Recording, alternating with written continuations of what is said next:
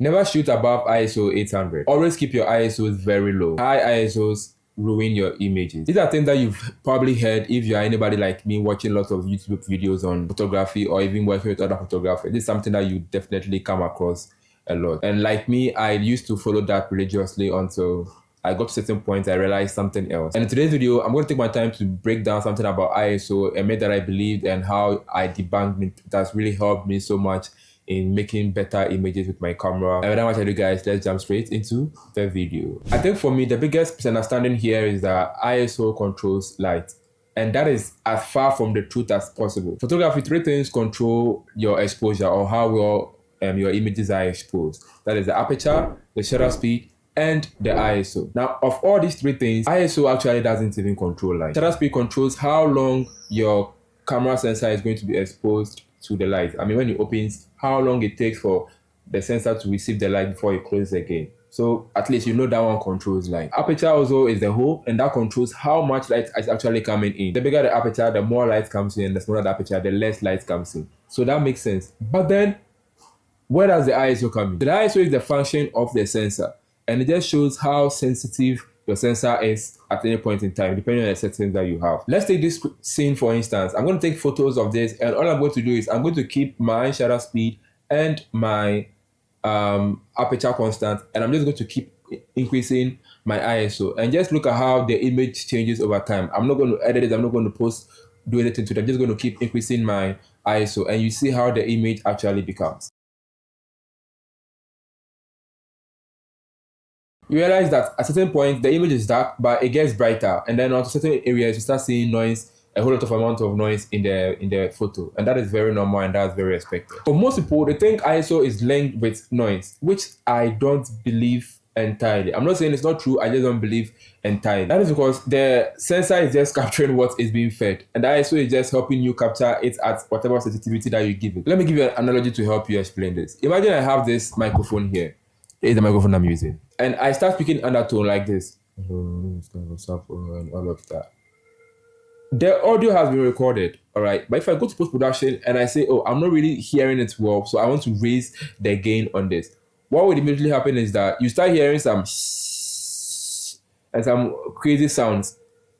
Does that mean that those crazy sounds weren't there and that they were just created? No, they've always been there. It's just a matter of what was recorded and what actually stood out the most. And it's the same thing with the ISO. If you don't properly record or you don't properly capture the image, exposing it very well, what you start doing is that if you go to post-production and you try to take up the exposure, you start introducing in the noise. The noise will start showing. The noise was always there, but it's just depending on now because trying to bring the exposure up, you're going to get the issue. But there's a workaround. When I started my photography journey, there's something that I always try to keep my ISO very low. And one time I had a shoot with a friend, Caesar, and we went to one school to do a shoot for them. And then I was doing photography for a class session. And because there were more than one, I had to take the aperture up. I did at f4, and shutter speed I did 1/160th. But the thing was that I was so scared of the ISO. I kept the ISO low. I think I shot around 400 ISO or something, or even maximum 800, because I was just so scared. And right in the camera, I knew that it was underexposed because it wasn't looking so bright. But when I go to post-production, I can bring it up. The reason is that camera is a good camera with high dynamic range. So I mean, it looked, I saw some noise in it because I wasn't very happy with the output. But it looked great on camera and screens. But for me on my laptop, it didn't look good, And fast forward today, when we go for events, we shoot at ISO 3200, 2500, 4000, just to be able to expose the image very well. And that's because of the lessons that we have learned. I personally have seen this myself. Imagine you go out there shooting an event and then you are in indoors and there's not so much good light. And you decide to say, okay, I don't want to keep my ISO high. I'm going to shoot at, say, 800 of an ISO or 400. Let's say 400. And instead, to balance things out, you take your shutter speed all the way down to, say, 1/1/15th of a second. All right. And you take that image. Now, that image will look properly exposed, but you see all the blur all over the thing.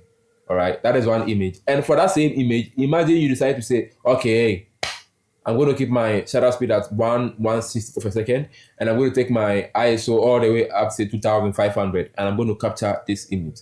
Now, with this, between these two images, when you get back home and you're working with it, unless you actually wanted to shoot that blurry aesthetic feel, you won't be able to work with that blurry image.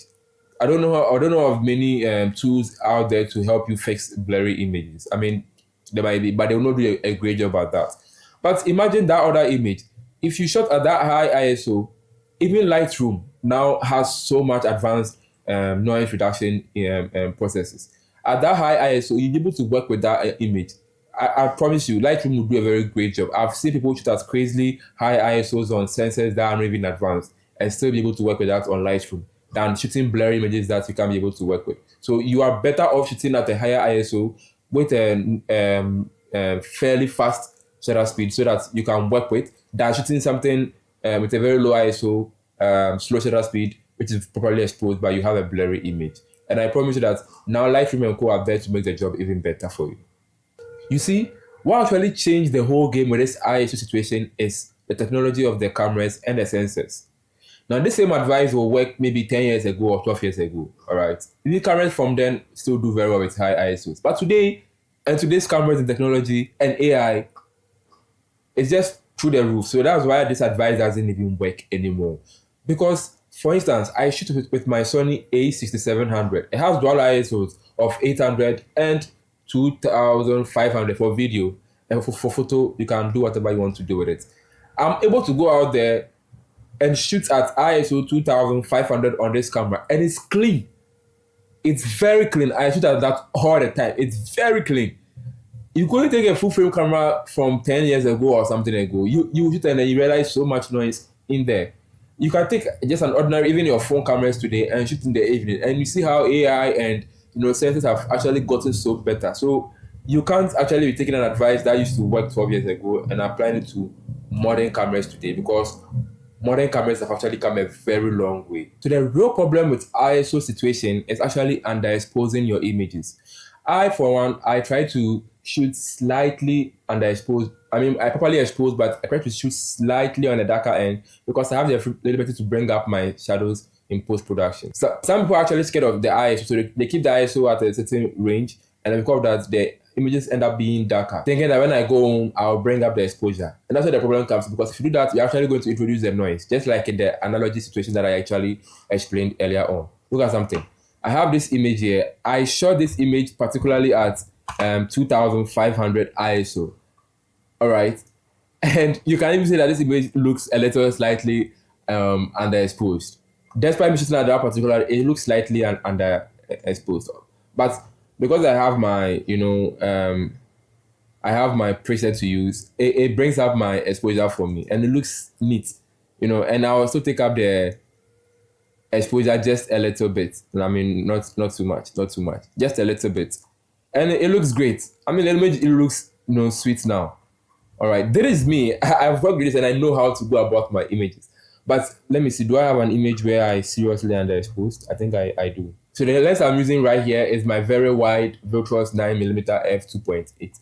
And instead of increasing my ISO, I decided, something, I'm just going to keep the ISO at 2500.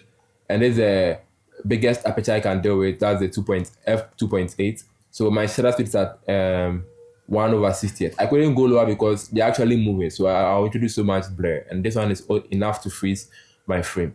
And this image, you see, is underexposed. All right. Except I'm actually going for this. So what I did with the post-production is that I turned this to a black and white.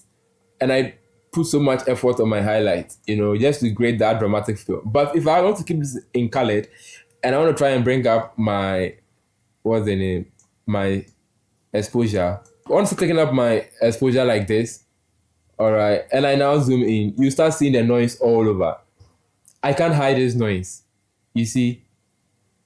But when it was at zero, when it's at zero, you don't see any noise in there, just maybe tiny noise here and there. But if I start bringing up this, I'm bringing up everything together with the noise.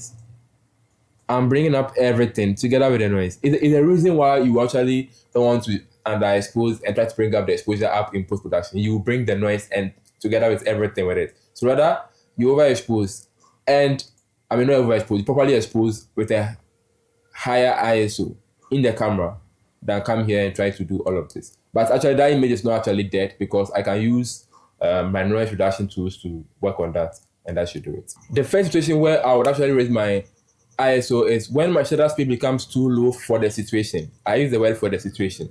Also, when I'm indoors, I'll consider taking my ISO very high. Because sometimes when you're indoors and you don't have great lighting, if you're not careful, you underexpose your images, and that will worry you when you're editing it post-production. If you're doing event photography and you have to make sure you get the shot, those ones, they are there. So you consider taking your ISO high so that you can actually properly expose the images and get the shot. And for videos and other stuff, yeah, something like documentaries, you take your ISO and make sure you get your shot, especially if it's in the evening. Finally, get to know the camera you're using with, the ISOs that is comfortable with, the ISOs where it feeds you very good images. Get to know your camera very well. I made a video right here where I talked about some of my free presets that you can use to better improve your photo editing, and you can check that one out, and I'll catch you in the very next video. Peace.